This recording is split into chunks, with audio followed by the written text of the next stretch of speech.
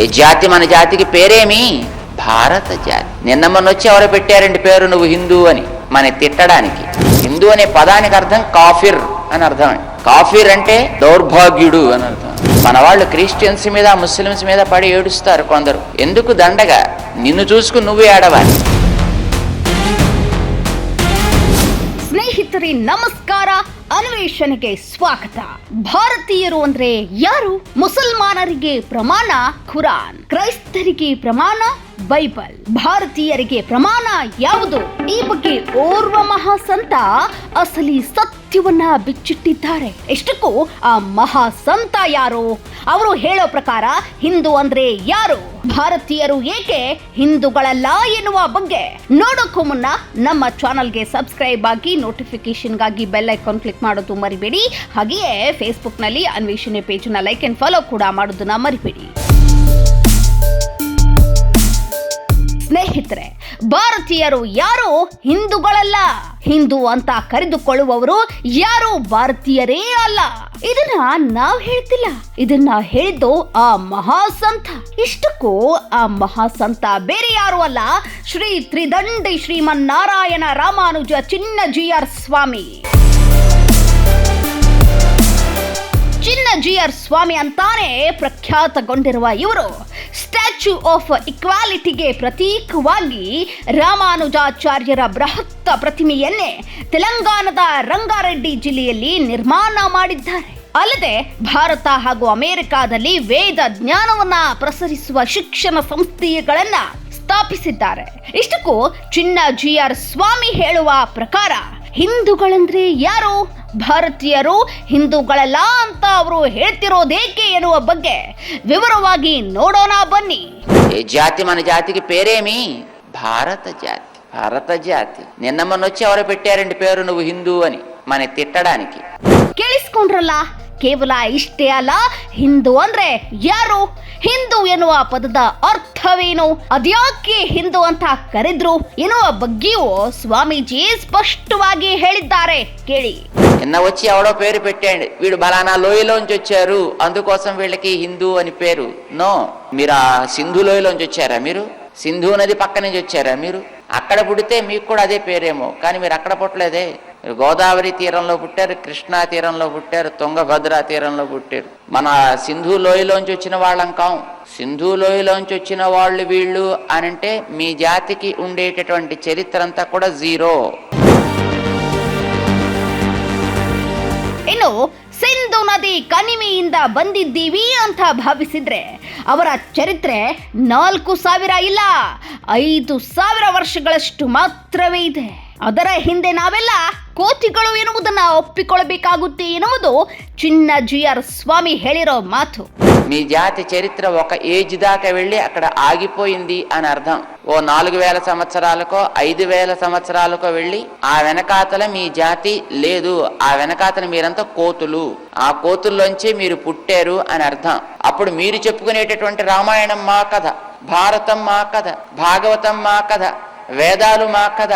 రామాయణానికి త్రేతాయుగం, భారతానికి ద్వాపర యుగం, వేదాలు అంతకుముందు ఎప్పుడో కృతయుగానికంటే ముందువి అని అంటే ఇదంతా కట్టు కదా, పచ్చి అబద్ధం. అంతేకాదు ఇదంతా అన్సైంటిఫిక్ అంటారు మీరు ఆ సింధు హిందూ ఇది పేరు పెట్టుకుంటే.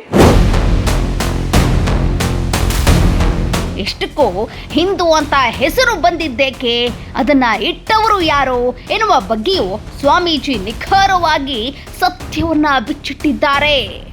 విగ్రహారాధన అంటే పడనివాడు, విగ్రహారాధకులను చూస్తే అసహ్యం వేసినవాడు, విగ్రహారాధకులంటే ఉత్త కాఫిర్స్ అని అనుకున్నవాడు పెట్టిన పేరండి. హిందూ అనే పదానికి అర్థం కాఫిర్ అని అర్థం. కాఫిర్ అంటే దౌర్భాగ్యుడు అని అర్థం.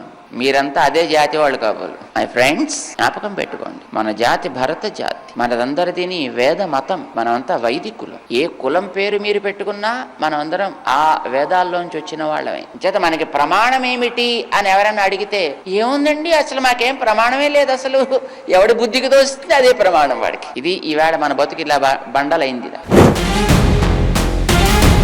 ಚಿನ್ನಜಿಯರ್ ಸ್ವಾಮೀಜಿ ಮತ್ತೊಂದು ವಿಚಾರದ ಬಗ್ಗೆಯೂ ಕೂಡ ಸ್ಪಷ್ಟವಾಗಿ ತಿಳಿಸಿದ್ದಾರೆ.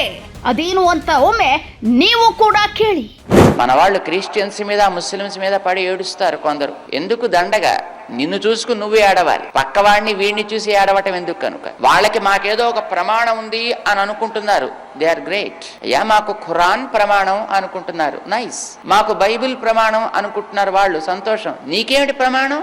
ఏమి లేదండి. లేదా రేజ్ ఉంది, నీకు కూడా ఒక చెదర్చడానికి వీలు కాని ప్రమాణం ఉంది. నిన్న మొన్న రాయని ప్రమాణం, దానికే ವೇದము అని పేరు.